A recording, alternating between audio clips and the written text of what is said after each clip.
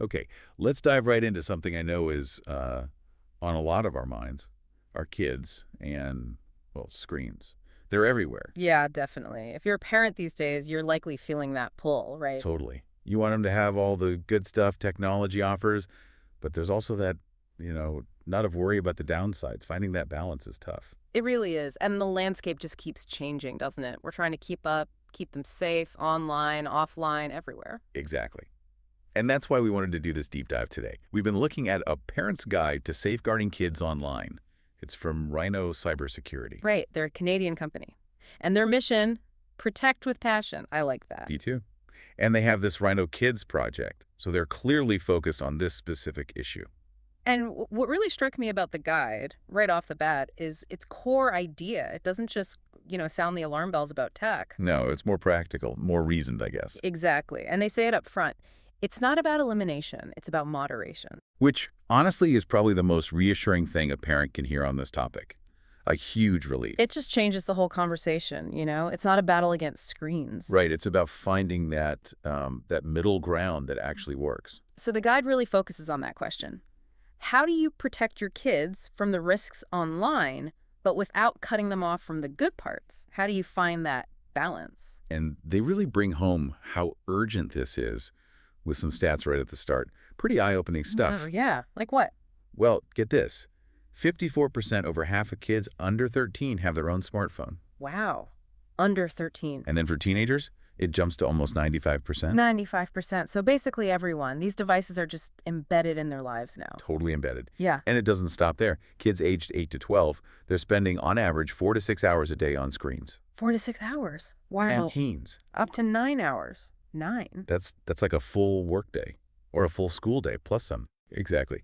And the guide points out pretty carefully that this level of screen time can have downsides. Right. They talk about things like sleep issues, anxiety, depression potentially linked to it. Yeah, and even effects on school performance, things parents are genuinely worried about. Sure.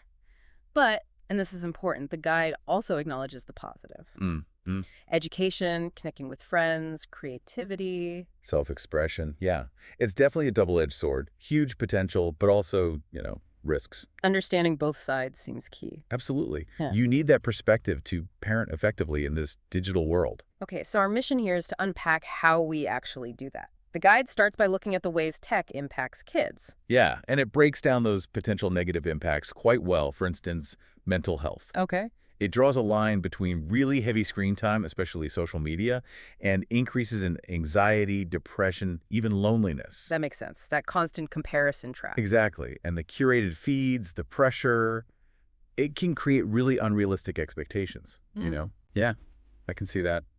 And what about social skills? That's a big one. A huge one.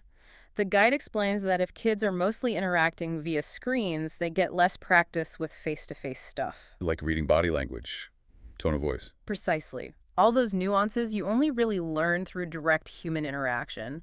Too much screen time can kind of hinder that development. Okay.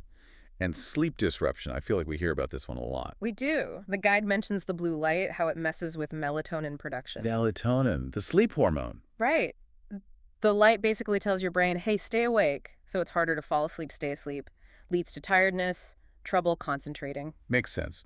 And academics. It's not all bad. Tech can help learning, right? Oh, for sure. It can be a great tool. But the guide points out that too much recreational screen time can easily become a big distraction. From homework, studying, just paying attention in class. Yeah. It's about finding that balance again. Kids still need real-world experiences, human connection, healthy habits. Technology's part of life, but it can't replace those fundamentals. Okay, so we've got the potential impacts laid out. Now, the really practical bit. Age-specific advice. This feels crucial. Totally. You can't use the same approach for a 2-year-old as a teenager. Their needs, their abilities, they change so much. So the guide tailors it. Yeah. And explains the why. Exactly, which makes the advice much more useful, I think. All right, let's start super young. Under 2 years old. What's the guidance? Okay, so for this age, the guide really backs the American Academy of Pediatrics, the AAP. Basically, 0 screen time for kids under 18 to 24 months. 0, except for video chatting, with grandparents, family far away. That gets a pass. Okay, 0 screen time otherwise. That might sound pretty intense to some parents. Why so strict? Well, the thinking is, at this age, learning is all about hands-on exploration. Touching things, moving, interacting face-to-face with caregivers. Real-world stuff. Exactly. Screens, even if they're labeled educational, just don't offer that rich, multi-sensory back-and-forth interaction that their brains need right then. That makes a lot of sense. Learning through doing, touching, seeing. So what should they be doing instead? The guide suggests lots of great simple things. Sensory play texture toys, water, sand, reading books together, lots of story time. Singing songs, peekaboo. Yeah, simple games, movement, and getting outside is huge. Exploring nature, even just the backyard. Those sound like classic, wonderful baby activities, really. Okay, moving up, ages 2 to 4.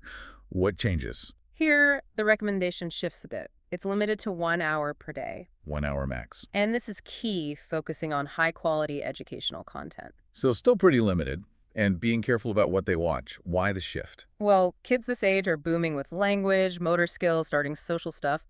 Some good educational screen content can help a bit. But the main focus is Still interactive play, real-world experiences. That's what really builds those core skills. Got it. So what kind of activities, screen and non-screen, are good for 2 to 4-year-olds? The guide suggests watching shows like, say, Sesame Street or Daniel Tiger together. Ah, the together part is important. Crucial, make it shared. Talk about what's happening. Don't just park them in front of it. Right. And off-screen. Still need at least an hour of active outdoor play daily. Running, climbing, plus creative stuff inside blocks, puzzles, drawing, maybe even look into music or movement classes. That shared screen time idea is really interesting. Okay, next up, 5 and 6 years old. Recommendation bumps up slightly. 1 to 1.5 hours daily. Still focusing on educational, age-appropriate stuff. And the reason for the small increase?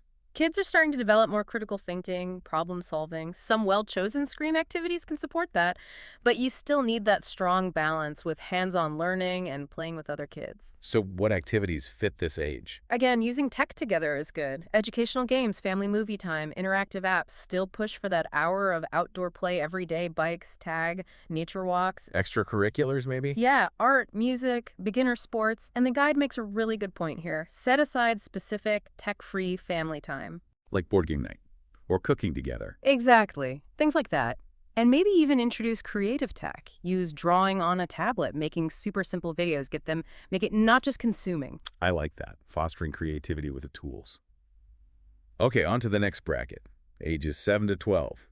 Independence is growing here. Definitely. So the recommendation shifts to limiting recreational screen time, about 1.5 to 2 hours daily. Recreational, okay. So homework tech doesn't count towards that limit. Generally, no. But the guide stresses clear boundaries are vital, like no screens during homework time unless needed for the work itself, and definitely tech-free family time, like dinners. Why are boundaries still so important, even as they get older? Well, they're getting more independent, but they still need guidance, structure. You want to make sure screen time isn't pushing out physical activity, real social interactions, school stuff, helping them build good habits. Makes sense. What are some fun activity ideas for this age? The guide suggests encouraging active screen time, those video games that get you moving. Like Just Dance, or those Switch sports games. Exactly. Get them off the couch while still using tech. Also, planning family outings, hikes, museums, whatever. Keep suggesting extracurriculars. And maybe using tech for projects. Yeah, creative stuff. Starting a simple blog, digital art, maybe trying some basic coding. And definitely keep those tech-free evenings going. Family dinners, game nights, reading time. Those tech-free zones seem really important for connection. Okay, finally, teenagers, 13 plus. This feels like a whole different ballgame. It really is. They're much more independent, so the focus shifts. It's less about strict limits and more about encouraging self-regulation. Teaching them to manage it themselves. Right, but still with clear boundaries in place, like the guide strongly suggests no screens during meals, and definitely no screens after a certain time at night to protect sleep. That's still crucial. So guiding rather than dictating, what's the philosophy? Empowering them, basically. Helping them develop the skills to manage their own tech use responsibly.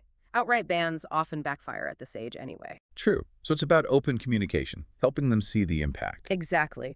Talking about how too much screen time might affect their mood, their sleep, their grades, helping them connect those dots themselves. And what activities does the guide suggest encouraging for teens? Productive screen time is a good one. Using tech to learn skills coding, graphic design, and new language through an app. So using tech for growth, not just scrolling. Right. Also, keep trying to do family activities, even if it's just watching a movie or playing a multiplayer game together sometimes. Definitely encourage physical activity, sports, yoga, whatever they're into. And offline hobbies are huge. Reading, music, art, hmm things away from a screen. Yes. And importantly, talk with them about digital balance. Help them set their own realistic screen time goals. Make it collaborative. That collaborative approach sounds key for teens, taking ownership. Okay, so wrapping this up, what's the big takeaway message here? It really comes back to that core idea, balance. It's not about demonizing technology or trying to banish it. That's probably impossible anyway. And maybe not even desirable, given the benefits. Right. It's about understanding the potential impact at different ages, setting those age-appropriate guidelines, keeping communication open, helping kids get the good stuff while minimizing the risks. Moderation, not elimination. That phrase from Rhino Cybersecurity really sticks. It does. And their Rhino Kids project shows they're serious about helping parents with this, living up to that protect with passion idea. Yeah, it feels like they want to provide ongoing support. They're based in Ontario, Canada, right? That's right. Their goal seems to be equipping parents with knowledge for this digital world. And if you, listening, want to learn more, their website is rhino.io. That's RHYNNRAAO. And they have contact info there, too. Phone is 1.888.505.2989. Email sales@rhino.io. This guide feels like a great starting point. Definitely. And this whole conversation just highlights that navigating kids in tech isn't a one-and-done thing. It's constant learning, adapting as they grow, adapting as tech changes, keeping those conversations going. Absolutely. So maybe a final thought for you to mull over. Thinking about your own family, your kids' ages, the tech landscape, what's maybe one small practical step you could take this week? Maybe it's starting a conversation, maybe it's tweaking a boundary, maybe just observing usage patterns. Remember, it's a journey, and hopefully this deep dive gave you some useful things to think about along the way.